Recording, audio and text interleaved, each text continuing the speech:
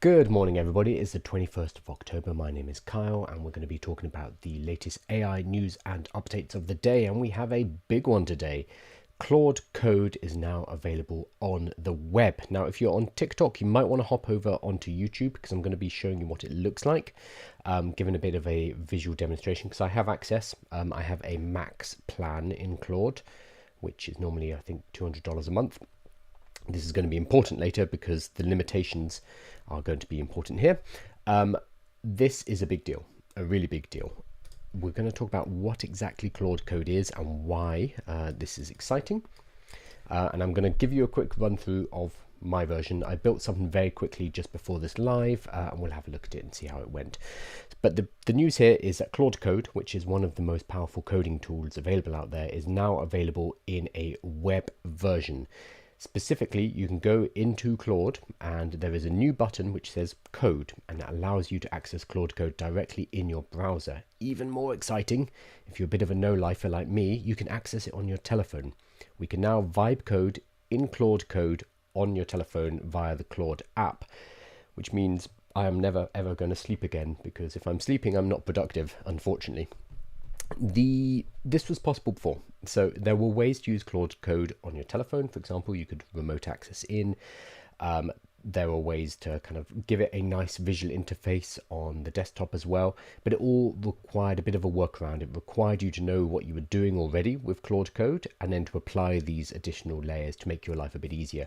Claude have just done away with all of that by giving us a web version. So introducing Claude Code on the web. You can now delegate coding tasks to Claude without opening your terminal. This is a very Anthropic way to say it.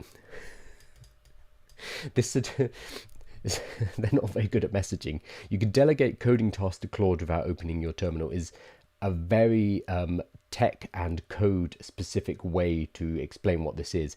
They're talking to the developers here who are, I don't think, necessarily the people who are going to be excited about this.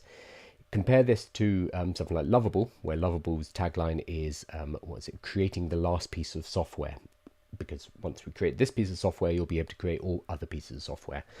What Claude Code have done is they've built their own version of Lovable, basically, and we're going to look into why this is exciting. So it's much closer to a vibe coding tool that anyone can pick up and play with. There's still some limitations that require some technical knowledge, but it's a lot easier than it was before.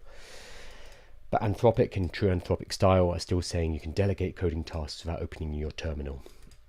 I mean, most people don't even know what a terminal is. Okay, so with Claude Code on the web, assign multiple tasks that run in parallel while you monitor and steer from your browser or iOS app. Cool. Ideal for tackling bug backlogs, routine fixes, and parallel development work. So they are putting it forward as a tool for high-end developers who are already using Claude Code in the command line interface. They know what they're doing. Anthropic saying that's cool, but now you can also kind of check in and do minor work via the web app. So they're very much targeting this at existing developers, but I think it's wider than this. So Claude Code on the web is now in beta as a research preview for Pro and Max users. So let's have a look at it.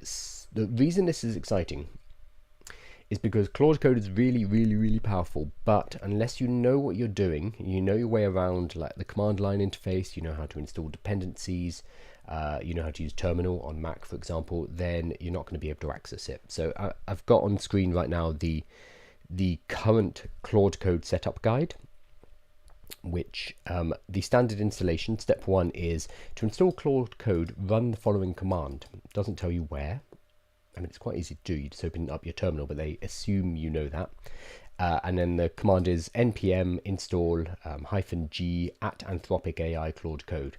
So it requires somebody to know how to use a terminal.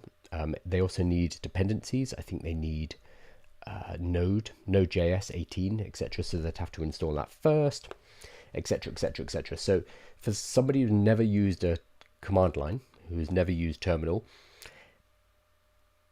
I'm not saying it's impossible, it's just going to be very difficult for them to get access to Claude Code. What they've done with Claude Code web version is reduce that barrier. So I'm actually going to open it up. So this is my version of Claude. I actually have access to something which isn't public yet, so I'm going to make sure that that's not visible. I don't see it, so we should be fine. I'm allowed to talk about it on Thursday, but I'm not allowed to talk about it yet, but I think we're okay. Sorry, Anthropic. So full disclosure, I have been given access to Claude Max plan, which is normally I think $200 a month. I get it for free, and I get previews of things so I can try them out early. So I've now got Claude Code Web open on my browser. The way you find it is just there's literally a code button which has now been added to the sidebar, and Claude Code is in research preview. What you can see on screen is very similar to a Lovable, to a Bolt, to a Replete, to any other kind of vibe coding tool, where you have on the left hand side a message window where you can talk to it. I notice you can only submit, you can't ask, which is a bit annoying. I guess you could change your prompt and say, let's discuss this, let's plan instead of do the thing. But it's nice to have an ask mode, which they have in Cursor and other tools. And then you connect Claude Code to a GitHub repository. Again, you have to know what GitHub is, which some people starting out won't know what that is. So there's a few hoops still that you need to jump through. And then you basically chat, and you can build an application using chat, and it uses Claude Code, which is again one of the best coding agents out there, built on top of Sonnet 4.5, which is a really good model. And I put in a very, very basic prompt. So at the moment I'm doing a kind of a daily workout at home, and I wanted to create a very basic tracking app that allows me to, as I work through that workout, kind of tick things off. Extremely basic. So I want to build a web app for my daily workout routine. Here's the routine, and I gave it the routine. That's all I gave it. Yep, that's all I gave it. And then I said, let's design an app for tracking. And then it went through, it built the folder structure, it designed, created the HTML with the workout blocks, CSS styling, JavaScript for tracking. It has made it so it's persistent, so it will remember workouts, etc., etc. And it built everything, and it did it in one go. The result is fine. I mean, I gave it very, very basic instructions, but it allows me to reset the workout. It allows me to tick things, so things like a 5 kilometer run. Oh, it built me a little timer. Yep, it built me a timer. I didn't ask it to, but that's a nice thing to do. So I can tick my 5k run. Then I've got shadow boxing. Again, I can tick these. I can set timers. Very, very cool.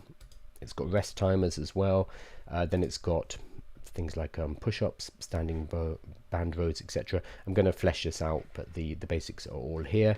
And then some rehab work for my ankle and a stretch and cool down. This was one-shotted, and this is now an application that I can open anywhere because it is on a web page, and I can use this just as a quick and dirty application to track my workout. Of course, I could have used pen and paper, but we don't do that anymore. We build things.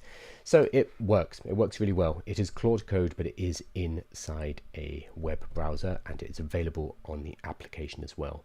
This is really big, not for people who are developers already, because they are comfortable with the command line interface. They're going to be fine with what they have already.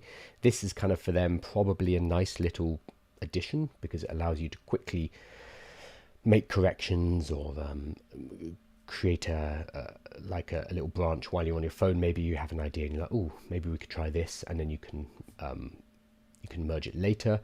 I think for serious developers, though, this is probably just a nice to have rather than a really exciting essential new tool. However, for people who are dabbling with vibe coding, maybe they've used Lovable, maybe they've used Bolt, and they're kind of looking for the next step. The next step tends to be something like Cursor, which is a more complicated but more powerful tool, or Claude Code or ChatGPT Codex. These are kind of like the next steps.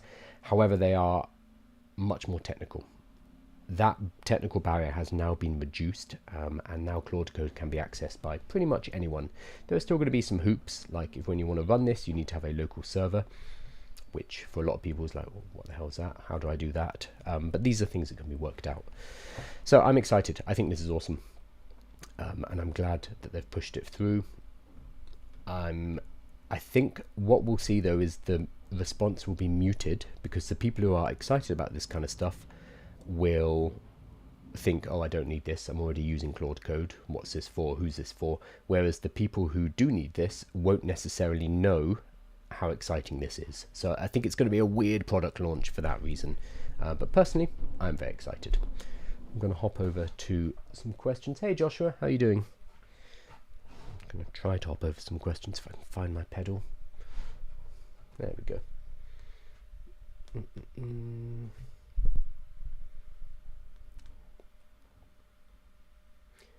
So again, it's Claude Code. So you just go into Claude, and then there will be a code button on the left hand side. I think it's rolled out everywhere. The fact that it's in the UK makes me think it is. One issue, I didn't mention this, but one issue will be how much capacity you have.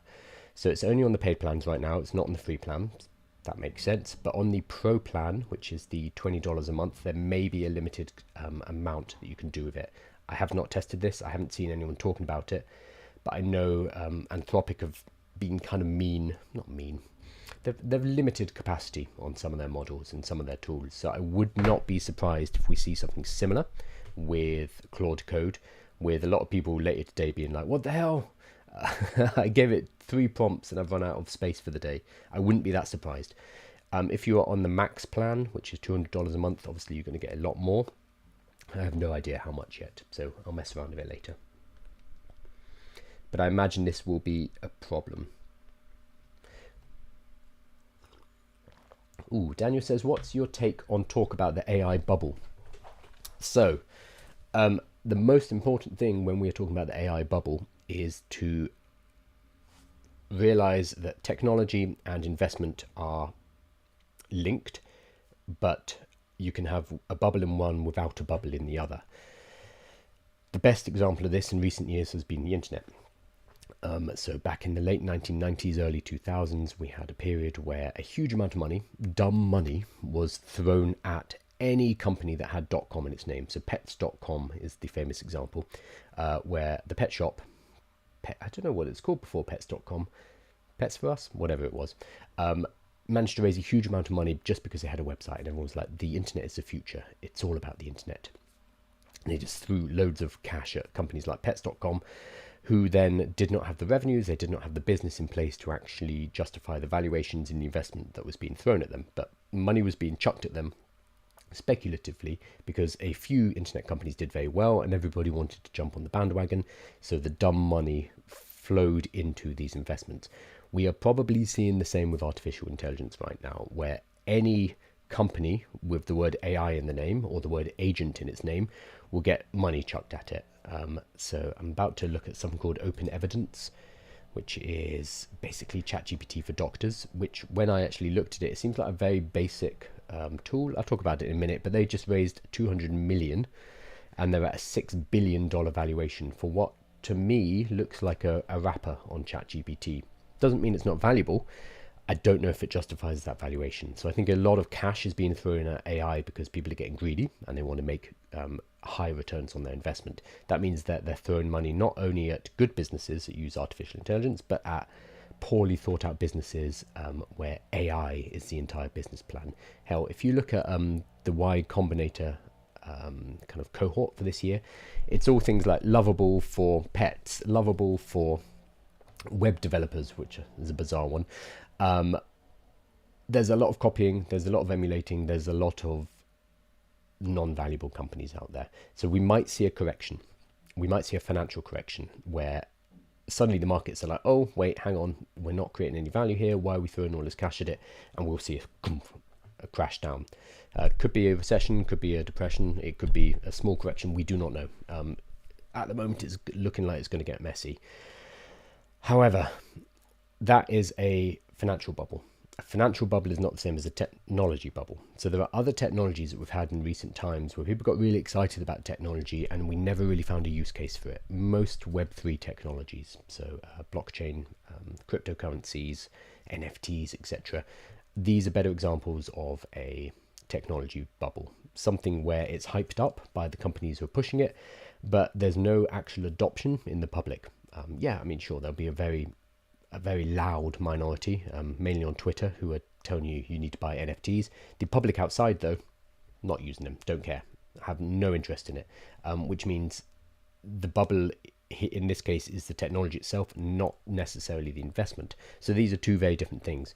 What I think we'll see with AI in particular is we'll see a financial correction, but then out the back of that financial correction, we will have generative AI. In the same way that out the back of the internet boom and bust, we had the internet, which has changed society for better or worse entirely.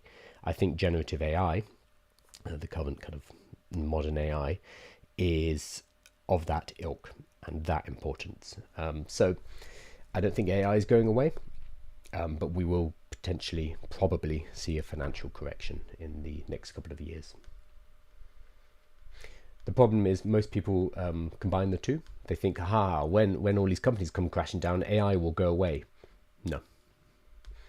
No, it's too useful. It's been used by 10% of the world's population already in a way that NFTs, blockchain, crypto, virtual reality, the Internet of Things, they never had that kind of impact because they weren't useful enough.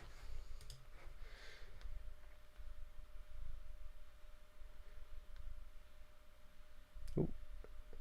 So I need to do this thing where I have to scroll through things on TikTok, and it's very hard to see. It doesn't help that I'm wearing a white t-shirt and it's white text on white on a white t-shirt. Okay, no problem. So that is Claude Code web version. Go and try it if you have access to it, and tell me what you think. I'm going to be playing around with it today for the rest of the week probably. I use Claude Code anyway, but this just makes it just so much easier, especially if you're non-technical. I want to talk about, this is related to Anthropic, so related to Claude. So Reid Hoffman, what's he doing now? So he set up LinkedIn. He was a co-founder of LinkedIn. Okay, he's now, gosh, Reid's busy. He's currently using AI to cure cancer. Okay, with Manus.co, disrupting drug development and finding cures faster. Okay, cool. Good job, Reid. So Reid Hoffman, co-founder of LinkedIn, and he's written a few books, and he's a technologist. So he says, I want to state plainly, in all industries, especially in AI, it's important to back the good guys.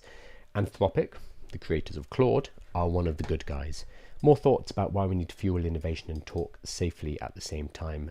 So Reid, it actually says, I usually try to avoid commenting directly on the hyperscalers.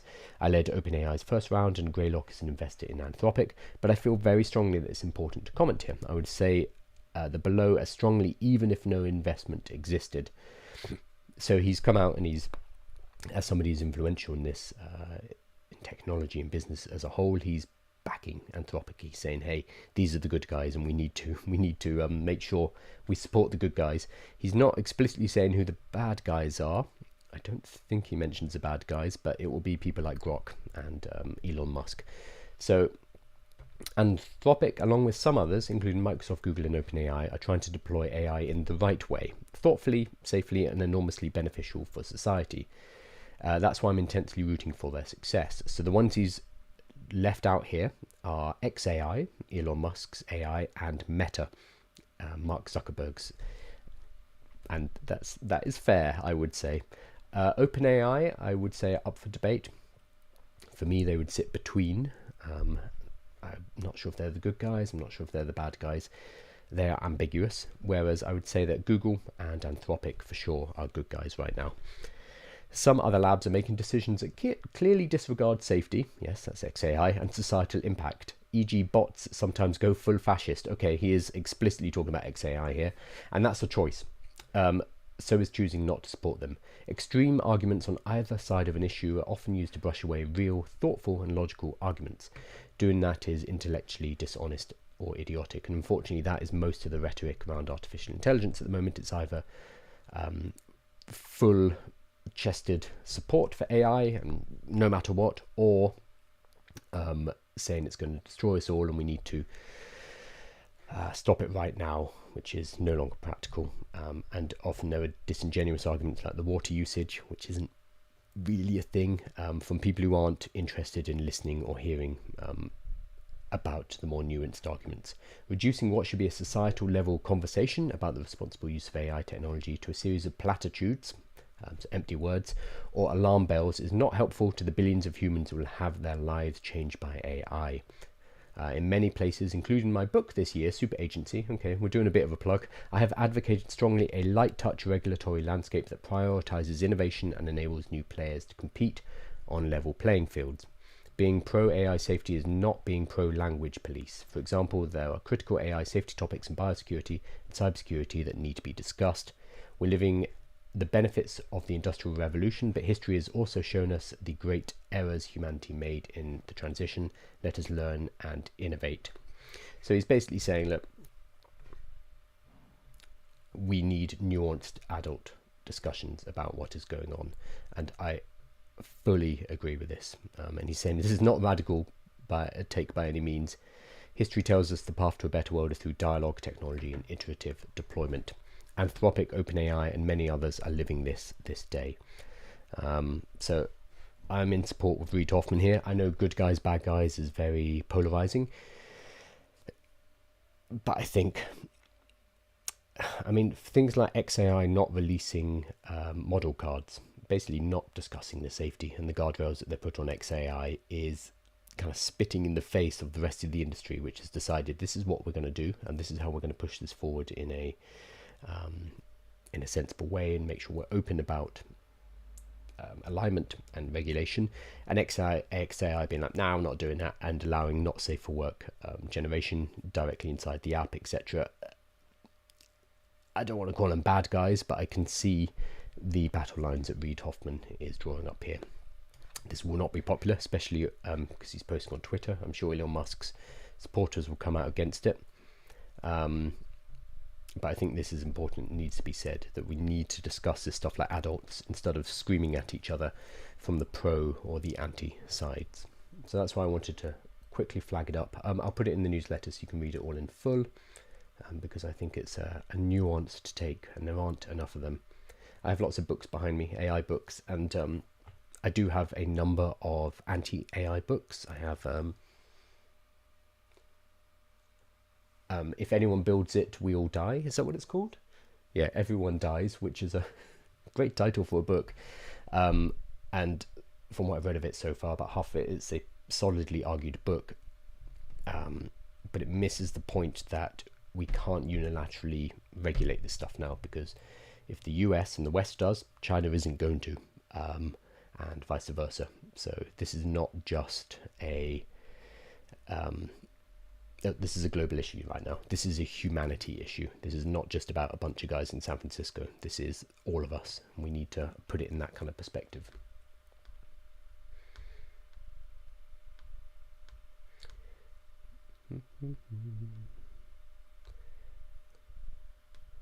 How do you monetize your business? It's a funny way to put it. It's not a business if it's not monetized. I have about 5 or 6 different revenue streams.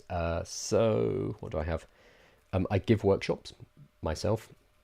I charge about $2,000 for a 1-hour workshop. So that's a good solid base of cash. I teach other people and I license out my workshop materials so they can go and talk to businesses. That's my second revenue stream. I do some sponsorship, but not really that much. It's something that I'm looking at doing more of. My problem with sponsorship is that most of the AI tools out there aren't very good, and I'm not going to promote them. So I'm more interested, I'm going to push on this next year, in getting sponsorship from tools that I actually use on a daily basis and would be happy to talk about. But if it's some crappy, I don't know, AI video generator or AI girlfriend company, and I get several companies a day coming to me and saying, hey, can you push this for us and we'll give you $1,000 or whatever, but it would be like an AI girlfriend. I'm like, nah, I'm not doing that.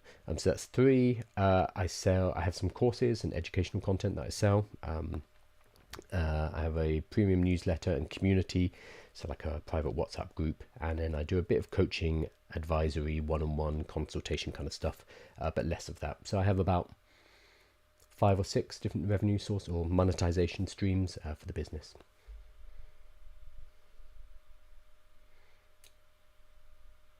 Oh, Tamas. Yes, Tamas points out the AI Authority Accelerator. That's one of my courses, helping people to do what I'm doing right now. So helping people to carve out their space in their particular industry, their particular market, their niche, talking about artificial intelligence. So you can become the person who talks about AI for marketers, or AI for social workers, or AI for doctors, for example, helping people to get started producing short form video, because a lot of people find that absolutely terrifying, by giving them a set of exercises basically to go through, and what videos you should be shooting just to get started, to build up confidence, to build up a creative habit, and then going from there. And Tomas, who's in chat, how many let me find you. So Tomas does this. Oh, I spelt your surname right. Awesome. Oh, my TikTok's not opening. How many followers are you at, Tomas? Are you at 5,000? So yeah, helping people to do social media, which is really important right now because AI is a complicated topic and there's a huge amount of news and updates every single day, and helping other people keep up to date with it is really important, because this is very, very important technology and it's going to be changing people's lives. So if you can help by educating, by creating content, then I highly recommend it. Daniel says, which AI company should we be cautious about? I think Reid Hoffman flagged up the goodies. So OpenAI, I think, are okay. They're new and they are working things out as they go along. They're scrappy. Microsoft and Google will be fine, and Anthropic are definitely a good goodies. The ones you need to be wary of, I would say xAI and Meta, so Facebook.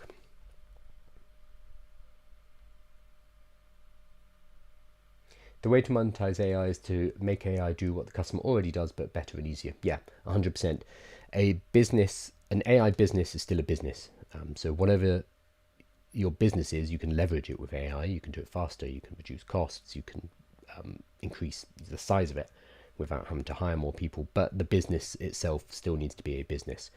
A lot of people right now just want to do an AI business, and what they kind of mean is, I want something automatic, I want something passive. No, that's still nonsense like it was before AI. You need to create something that's valuable and then get it out to people who are willing to pay for it. That is the core of what a business is. AI just helps us to do that in different ways, but it still needs to be a business. We can't shortcut that, unfortunately. Oh, Tomas, I went from 0 to 4,000 followers within a few months while still having a 9-to-5 job. I mean, amazing.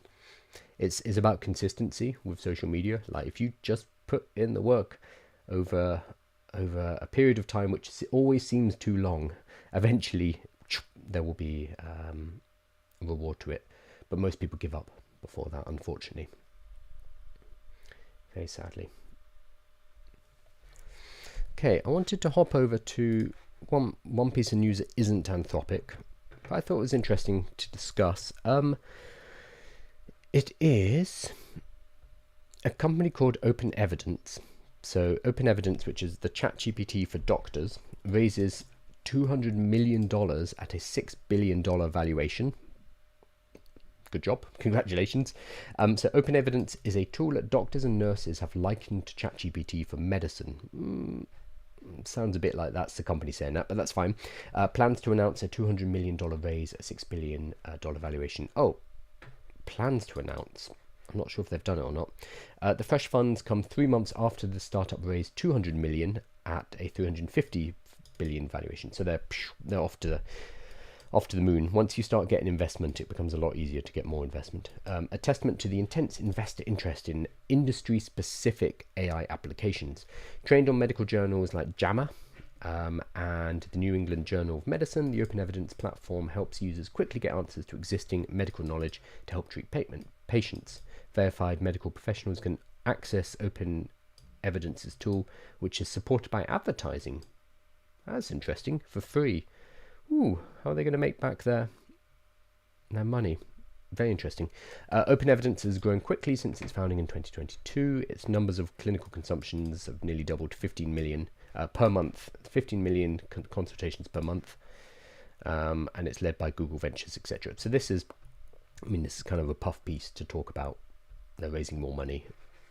these kind of things do well when you want to raise even more money, because you make sure you publicize that you're raising cash so other people want to jump in. We just talked about the investment bubble.